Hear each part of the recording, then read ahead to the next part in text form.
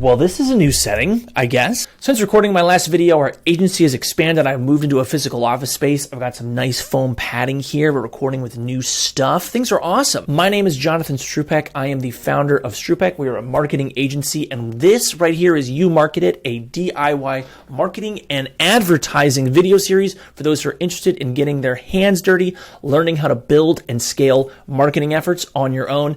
As the cheesy dad puns go, I will be your building and marketing architect, laying the blueprints and foundational pieces. I sound so cheesy when I say this. For every marketing project that you can think of, let's get started.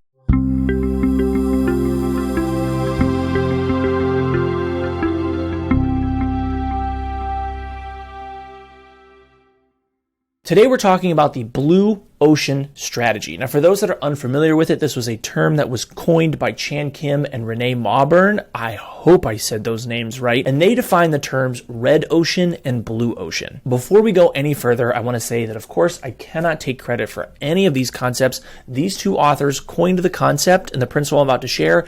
And one of my personal mentors, Rachel Peterson, shared how to apply this principle into Facebook advertising. And she has helped me along with many others, words are hard, dive even deeper into their own social strategies. So let's break down what these two terms mean. So this is blueoceanstrategy.com. This is coming directly from their website, and let's review what they say about red and blue oceans. So a red ocean, essentially when it comes to businesses, is all industries that are in existence already today. Boundaries are defined and accepted, and competitive rules of the game are known. This is where, basically, if you look at it this way, there's blood in the water. People already are there. This is an existing space. Now, when it comes to blue oceans denote all industries that are not in existence today. So this is the unknown market space. There's very little competition, and there is ample opportunity within this space. In the world of Facebook advertising, however, we're going to look at red and blue oceans a completely different way. A red ocean would be operating within the constraints that Facebook ads and the entire platform give you. So the interests that are already predefined by Facebook, the demographics, the locations, everything that's already there. You're essentially telling Facebook exactly where you want your ads to appear, and you're putting yourself within a red ocean. On the flip side, however, a blue ocean would be keeping your targets exceptionally broad on purpose. So you would be leaving out things like target interest. You'd be leaving your age brackets super wide, so keeping it from 18 to 65 plus, which is what Facebook defaults to. Locations. Sometimes you can drill down in here, and we'll get into this in a little bit, but you're putting yourself into a big blue ocean and letting Facebook's algorithm and Facebook's targeting kind of do the work for you. You're putting everything out there. You're saying, okay, Facebook, I'm just going to tell you maybe just a zip code, maybe just a state, maybe just one thing, and you just go out there and find it. Now, I wouldn't be making this video without some sort of success using this method, so let's dive a little bit deeper, and I'll show you the different results that can happen when you use red ocean versus blue ocean targeting and strategy for your Facebook ads. So this is a view within one of the ad accounts that we manage, and this is within the real estate niche. Now, this service or this kind of strategy doesn't necessarily work for all types of niches and different product offerings, whatever it may be.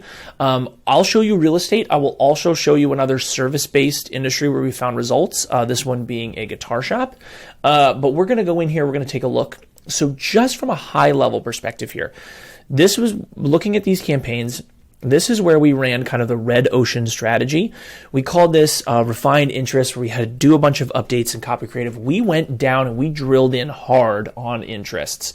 This is within, and this is targeting people who visited places. We can go in and check here in just a second. So here we targeted a lot of specific interests. Now, this is probably too many interests to be completely honest with you. There's a strategy for every single one of the interests. So a realtor.com focused campaign should be way different than a refinancing campaign, a homes.com campaign. But this is something that a lot of new Facebook ad buyers tend to do. They sit down, they have these conversations with their clients, with their prospects, and they say, okay, what are we looking for? What are we targeting? So in the real estate market, we're looking for people who might have purchased or opened a mortgage calculator, who have looked at Zillow, which is the king of places that people tend to look for, who are interested in mortgage loans, Property Finder, refinancing. We probably shouldn't be looking at that because somebody that's refinancing may not be a first-time home buyer. Again, you're looking at first-time versus second-time home buyers. There's all these things. So you need to make sure that if you are going to get into the red ocean, that you are drilling down further and further and further into these things and to finding things out. Now let's take a look at the results from this red ocean campaign in comparison to the blue ocean. So again, going back to results here, we see we got 5 on Facebook leads. We are using the lead generation form that's on Facebook. This has been produced, at least right now, at the time this video is being made, has produced exceptional results for us within real estate, within the service-based industries, as long as it's, again, tied to a CRM or an automatic system that like sends out an email reminder afterwards using something like Zapier, connecting Facebook leads to HubSpot, Klaviyo, wherever. That could be a whole separate video idea. But this is something, so we got 5 Facebook leads. We weren't spending a ton of money. We're spending $10 a day at this point. $229 at $45.99 per lead. Now, is that super expensive for a real estate agent that is potentially making X commission off of whatever? Potentially for some real estate agents, that's pretty good. If I'm going to spend $45, I'm going to make a few $1,000s on a commission. That's great. But for some people, it may be a little bit too high. So what we did was we switched everything over to a blue ocean strategy. And so we created this campaign, and within the span that we ran it, we have since turned it off. 123 Facebook leads at a cost of $726 per lead at $890 spent. So I am terrible at math, but the difference here is absolutely astronomical.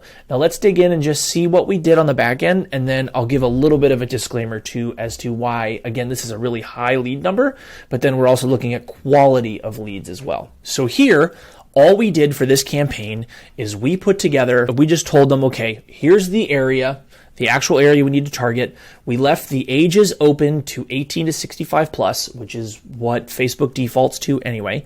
You could probably bump that number up a little bit, and then all genders, no interests, no nothing, and letting Facebook kind of do its thing. We've seen over the last few months that if you just let the algorithm and you don't constrain it, Facebook is going to know and understand what your ad is, what your page is, what type of stuff you're offering, and put it in front of the right people. And you have to be able to take that information as well with a grain of salt. You can't be like, okay, I'm just going to throw it out to the world and see in this entire state, to the entirety of the US, to whatever.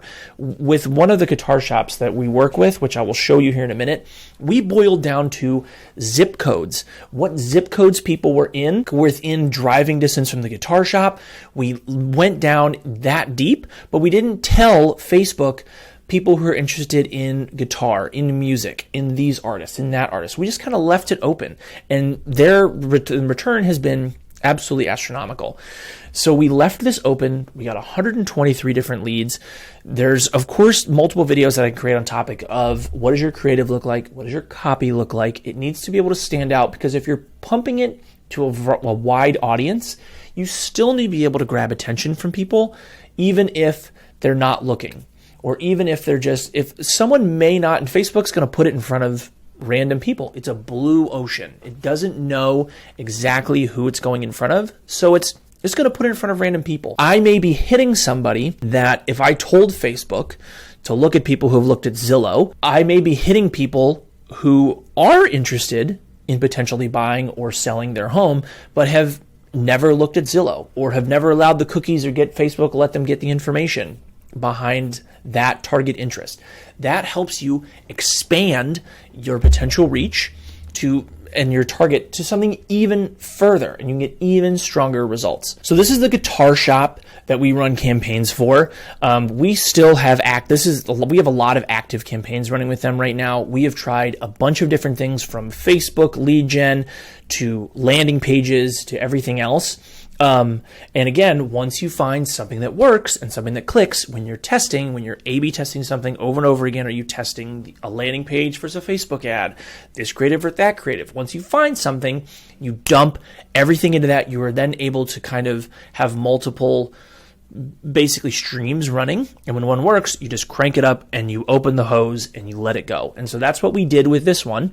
And we found very quickly that this free guitar offer with lessons, with a Facebook lead gen form, targeting specific zip codes worked great, and we cranked it up. The quality of leads is up or down.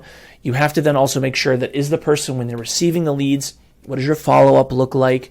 What does the sales process look like? That's not what we're here to talk about.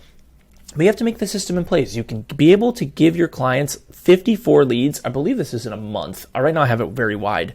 But we were generating, out of these leads, we were booking solid this guitar shop. We were booking them solid, and they were having to then start training and onboarding and adding new instructors so they can scale this up faster, because we handed them these leads.